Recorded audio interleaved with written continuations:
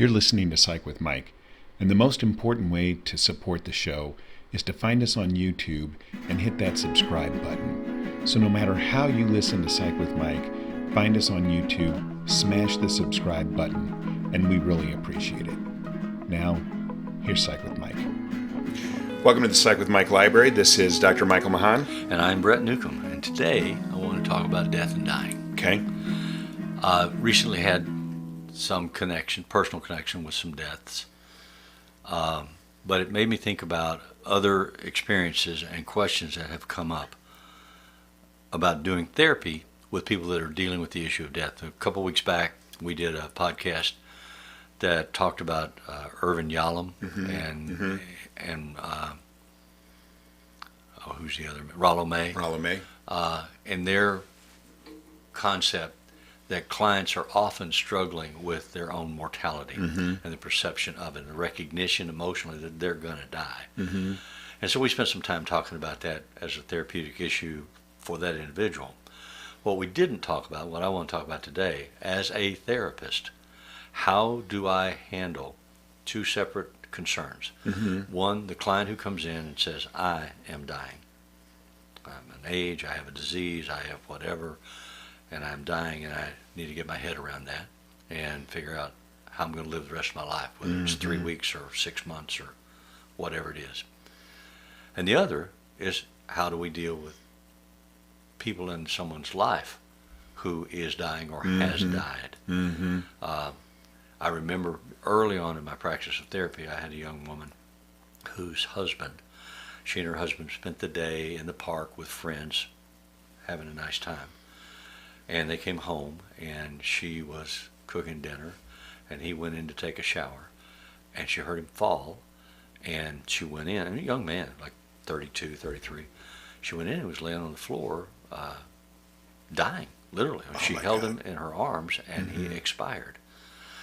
And so she, some weeks later, came to see me, and she said, I sleep in the shirt he was wearing every night.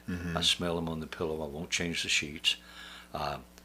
And she said, I've got to stay close to him. I've got to be connected as much as possible. I constantly relive his dying moments. And it's messing me up. Then she came in and she was furious. She was enraged. Her mother and her sister, thinking they were doing a good thing, said, enough of this. And they came in her house when she was not home, and they took out his ball gloves and his cleats and his football, baseball, bat, golf, everything that he loved, and the shirt that she still wore to sleep, and they got rid of them. They said, you need to get past this. And so she was enraged. As a clinician, how do I approach the discussion of all of that with a client in a way that's helpful to them? And I believe there's a period of indulgence where I just listen and have empathy and say, I'm really sorry this happened to you. I'm amazed at your strength for surviving it. I'm impressed with who you are and how you're handling it. And give them time to catch their breath. And I may work on physical feedback, like, can you breathe? Can you just breathe with me? Breathe. Match my breath. Let me match yours. Whatever. And sometimes part of the discussion therapeutically has to be, I'm angry with the person that died. My father left me, and I wasn't ready for him to go. I had things that he needed to do for me or teach me, and there's a hole in my life, and damn it, why did he do that? Those, and oh my God, I can't really be mad at my dad. He died. Well, you can be mad at him, and you can feel these feelings, and you're going to feel them anyway. So let's find a safe place to talk about it. So if you talk through it and experience it, you let it go. You have to feel it. You have to label it. You have to externalize it, or it'll fester inside you. But I don't want to preach that. I want to facilitate that. So how do we deal as clinicians with death and dying in the worldview of our clients? So I have really been focused on struggling with this concept for a long time. People will all very frequently talk about, I need closure from this relationship, I need closure from the passing of this individual, I need closure for whatever sundry different experiences that they may have. And I've really, really, really thought about that, and everything that or whenever I think about it, I always come to the same conclusion. So I would ask you if you agree with this, that in reality, closure is just acceptance. Yes. There's no, Yeah. if you can accept something, you don't need closure. And until you can accept a thing, you don't have closure. Yeah. I have disagreement with that at all. And so really what I want to try and do is to help that individual find the ability to accept whatever is the situation that they're in. And you started talking about all of these different existential sides. So Rollo May and Irving Yalom, these guys are existential psychologists. The awareness of our own mortality, the trying to figure out what is the meaning of life, what is my legacy, those are all questions in existential psychology. And one of the very foundational tenets of existential psychology is personal responsibility.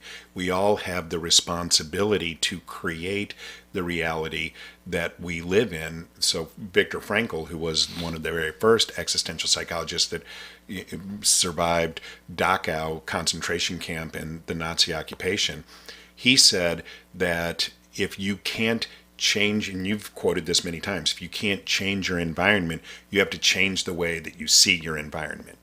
And what he was talking about is that people who survived psychologically something like the death camps were the individuals who were psychologically flexible enough to be able to perceive beauty in the environment that they were in. And people would say to him, how could you possibly see beauty? He said, well, there were flowers that grew in the concentration camp and they were beautiful.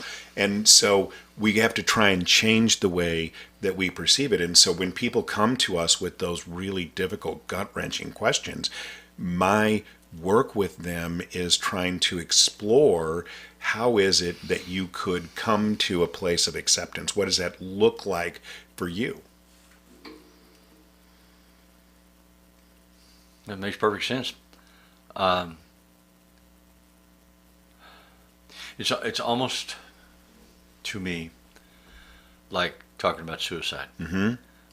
As a clinician, you cannot be afraid to discuss suicide. Not at all. Whether a client is considering suicide, you want to be safe enough they'll tell you. Mm-hmm. Or whether they're talking about somebody else's suicide that is relevant to them in some way. I'm not a preacher. Mm-hmm. I don't try not to preach. Mm-hmm. I try not to have answers or platitudes. I try to have empathy Mm-hmm. and listen and guide the discussion as they explore their own processes, as they discover that they're sad or they're angry. The woman I was talking about earlier was furious with her mother and sister, Mm-hmm. and it was a journey for her to get to a place where she could get over how furious she was. Mm-hmm. And she got to where she could recognize that they had done what they had done out of love for her Mm-hmm. and trying to do the right thing as they understood it, even though they screwed it up so badly. Right.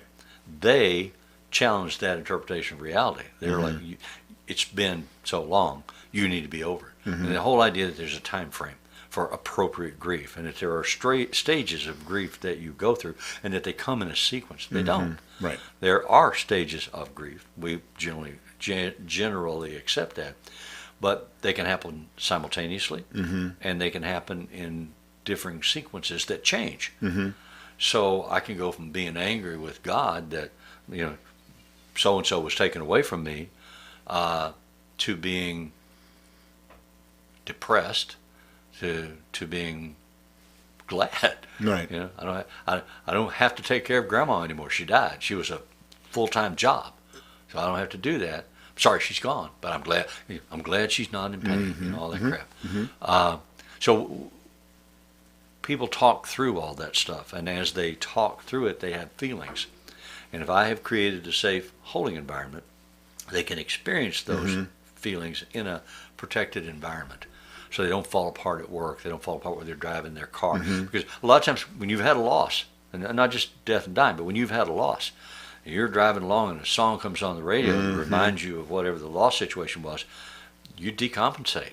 You cry, You sob and heave. You pull up. Hopefully, you pull over and cry it out, or you get angry and you drive angrily. I mean, so in therapy, you can have a safe, protected environment for the exploration of that, and hopefully, it takes care of itself. And you talk about this idea of, a song comes on the radio and it reminds you of that individual.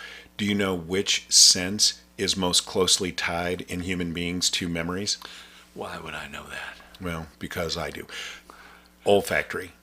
So that's why she was wearing his shirt. And that's one of the things that when we are working with individuals who experience loss that I try and be very cognizant of is those individuals are engaging in behaviors to be able to keep those memories alive. And you'll hear people talk about, I went in the house today and I couldn't smell him anymore. And now I don't know what I'm going to do. Warmest memories is an olfactory memory. Walking into my grandmother's house and smelling fresh homemade brownies baking in the oven. Why they tell you to bake cookies when you're selling your house. And when I experienced that, I flashed back to my grandmother's house. I mean, where I'm 77 years old. If I walk into somebody's house today and they're baking brownies, or I can smell fresh baked brownies, I'm like, oh, Grandma, hi. Hi, how are you?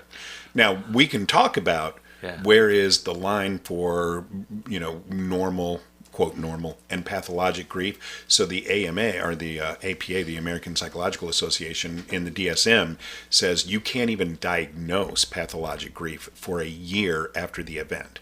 It's called a complicated grief reaction. Right. Yeah, at least a year. So that may be where the concept of a year is the appropriate time frame. But even then, I mean, I wouldn't force someone to try and process that information. No. But after a year, if that individual is not moving on with their lives, then there may be a reason to say, is there something that we could do to help you and facilitate this process? I mean, what we don't want is for people to live their lives frozen in time for the rest of their lives. I had a client for whom that was a reality. Yeah. She had a child that died, and she froze. She kept the child's room as a chapel, and the clothes the baby died in, the sheets the baby was lying on, the room could not be touched. The maid couldn't go in and clean it. Nobody else could go in there. She insisted that her family, extended family, buy birthday presents, Christmas presents, Easter presents, go to the grave, have a celebration, all this stuff, and was not willing to consider having another child. I don't want a replacement child. I want my child. She just suffered so much, and she hurt so much, and it was a real challenge to break through that shell of resistance in a way that she could make progress. Yeah. And I've had that client. I didn't have that client. I've had similar clients. Yeah. But I had a gal whose daughter died of an overdose. And she was convinced it was accidental. I was not convinced of that. But regardless, it doesn't matter. Yeah. Why argue that? Right. The child was gone and she was frozen. And we talked about this for a year, that at some point it's in your interest to continue to live your life. There's no value in being frozen, which she would agree with 100%, but she couldn't let go of. She could never accept it. In that situation, do you ask, are you religious? Do you have a religious foundation? What does your religion teach you about forgiveness? I don't tell them what I believe about it. I don't tell them what my religion believes about it. I ask them what their faith teaches them. Right. And what does their faith teach them about dying and about letting go, about understanding or accepting? Because if it comes out of them and they hear themselves say it, they can also feel themselves resist it. And then we can talk about, where's that coming from? What's that resistance? It comes down to, I'm angry and I'm alone and I hurt. Okay, can you talk more about that? Because again, they have to feel it, they have to label it, they have to externalize it for it to go away. Right. For it not to fester and be a problem. And as a clinician, you have to be open to that, and you have to be able to sit with somebody while they cry the most horrific, grieving cry that you can imagine without distracting them from it, without distracting yourself from it. If I'm sitting here with you and you're crying your eyes out and you haven't said a word to me for 30 minutes, you've just sobbed and cried, I can't be taking notes. Right. I can't be looking at my schedule. I can't be checking my bank account. I have to attend to you. And periodically, I have to softly intervene and say, Michael, I see that this really hurts for you and that you're really struggling, and I'm wondering, can you take a deeper breath? Can you just look at me and breathe? I may try to invite that, but in a caring way, in a supportive way, but not until I've sat with it for a considerable amount of time. And that's a skill that many people struggle to learn as a therapist. I have to sit with you in your feelings, whatever they are. I have to learn how to invite you to feel them in my presence and share them with me, because I'll hold them safely for you. I won't take them away from you. And so many of us grew up learning to distract people from intense feelings, whatever they are. I can make a joke out of anything and make you laugh, and that's a distraction from the moment so that you and I don't have to feel whatever we're feeling. Right. If you're angry, I can distract you with a joke or seduce you with another conversation or another topic. What about your car? Whatever it might be. I have to learn not to do that. Right. I'm tempted to do it. I mean, as a human being, I want to do it because I don't want to sit in the presence of that horribly heavy, expensive feeling. Well, we just talked about empathy, and when people are having that kind of intense emotional reaction, if you're a good therapist, then you're feeling that, and it can be uncomfortable. Well, I think most of us, have had that I have to learn to experience. sit with that and sit with you with that so that we both can learn it. And both of us are on this journey together. I'm here with you, and I feel what you're feeling. I'm not connected to that individual that died in any way, but I'm connected to you, and you matter, and this is raw for you. And right now, when I'm with you, it's raw for me. But I'm okay with just sitting with you with this until you're ready to take a breath, to look around. When you're ready, you'll let me know non-verbally, and then I'll ask you a question or I'll say something to you. And I'll give you feedback on how I'm experiencing you. It has to be genuine. It has to be honest. I can't say, well, you got your hair done, so that looks nice. You're making progress. That's not progress. Right. Progress is real. And so when I experience it, then I have to give you feedback about your strengths. And if I'm genuine and you resonate with that, then you feel stronger. You feel validated. You catch a deeper breath. And the ice wall begins to break and break down and pass away. So you will always be sad. You will always miss. You will always grieve. But it won't be raw and intense like this forever.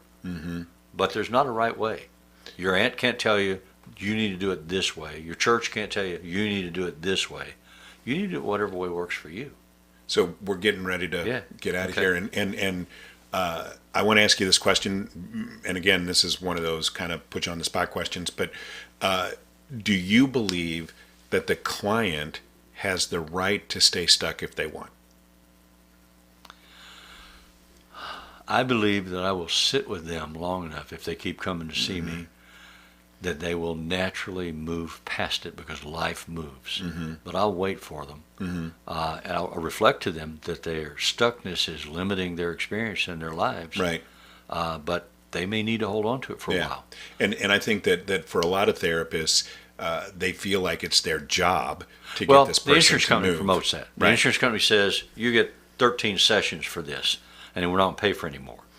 I remember having conversations with an insurance. I didn't accept third-party reimbursement because it came with their feeling that they had the authority to control the therapy parameters. So I would say to my clients, you pay me, I'll give you whatever paperwork they want, and then you negotiate with them to get reimbursed. But sometimes they would reach out, the insurance company would reach out to me anyway. Right. And they'd say, I had one lady that I saw for an extended period of time, and the insurance company called me and said, do you understand that she has a lifetime benefit, and she's approaching the end of it, and she's only 50-something years old. So once she spends all this money, there isn't any more treatment money for her. And I said, do you understand that you're not my client, and that you're not in these conversations, and that you don't drive whether I see her or not? And they're like, I knew someone else that knew this person, And they had a conversation about me, and they said, "Who is this asshole? Who does he think he is? And he doesn't understand that we work for XYZ insurance company." And my friend just laughed and said, "Yeah, he understands." Yeah, he understands. Exactly. That's right. You don't rule my life. No, and you don't control my clients. So if you are experiencing a challenging situation, you can certainly reach out to us. We would be happy to hear from you. And if that is the case for you, then we would also strongly suggest that you try and find a qualified practitioner in your area to work with, because these are difficult issues. Qualified practitioner, but if you have a religious foundation to your life, go and talk to someone representative of your faith. Hopefully they have some training and some skills. If not, go find a professional, or go find a professional. Get some help. Right. Help is out there. It's out there. The music that appears in Psych with Mike is written and performed by Mr. Benjamin DeClue, and if it's Friday, it's Psych with Mike and Brett.